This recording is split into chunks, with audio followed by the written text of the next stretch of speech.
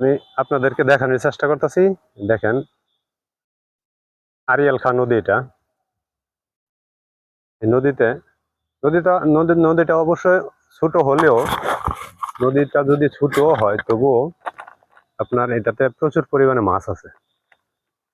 কিন্তু একসময় নদীটা ছোট ছিল না, এখন বড় হয়ে গেছে।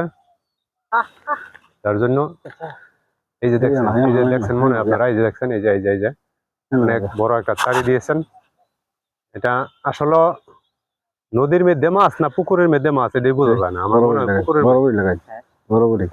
হ্যাঁ, যেমন পুকুরের মধ্যে মাছে আউট করতেছে, ঠিক তেমনি আউট করতেছে।